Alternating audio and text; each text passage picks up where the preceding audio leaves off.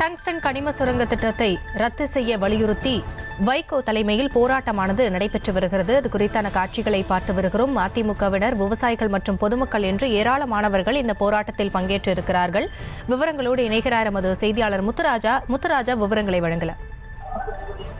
வணக்கம் காசினி. மதுரை மாவட்டம் மேலூர் அருகே டங்ஸ்டன் கனிம சுரங்கம் அமைப்பதற்காக மத்திய அரசு அனுமதி வழங்கியுள்ளது.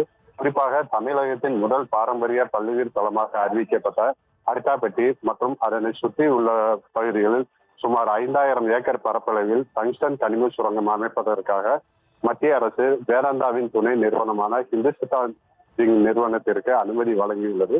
இந்த அனுமதியை முழுமையாக ரத்து செய்ய வலியுறுத்தி மேலூர், அரிட்டாப்பட்டி மற்றும் வல்லாளப்பட்டி உள்ளிட்ட சுற்று வட்டார பகுதிகளில் சேர்ந்த சுமார் 48 கிராம மக்கள் கிட்டத்தட்ட 60 நாட்களுக்கு மேலாக பல்வேறு போராட்டங்களை முன்னெடுத்து நடத்தி வருகின்றனர்.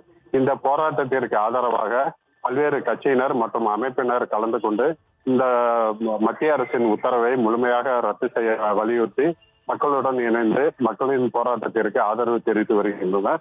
இந்த நிலையில் மதிமுக பொதுச் செயலாளர் வைகோ தலைமையில் மேலூர் பேருந்து நிலையம் அருகே இத்திட்டத்தை மத்திய அரசு முழுமையாக ரத்து செய்ய வேண்டும் என வலியுறுத்தி மக்களின் கோரிக்கையை மத்திய அரசு செவிசாய்த்து உடனடியாக மக்களின் வாழ்வாதாரம் மற்றும் இயற்கை வளங்களை பாதுகாக்கும் வகையில் இத்திட்டத்தை ரத்து செய்ய வேண்டும் என வலியுறுத்தி இந்த கண்டன கோஷம் தற்போது நடைபெற்று வருகிறது.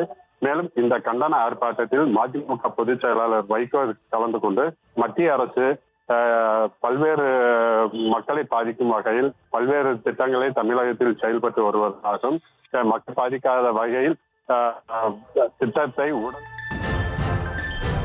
விவரங்களுக்கு நன்றி முத்துராஜா.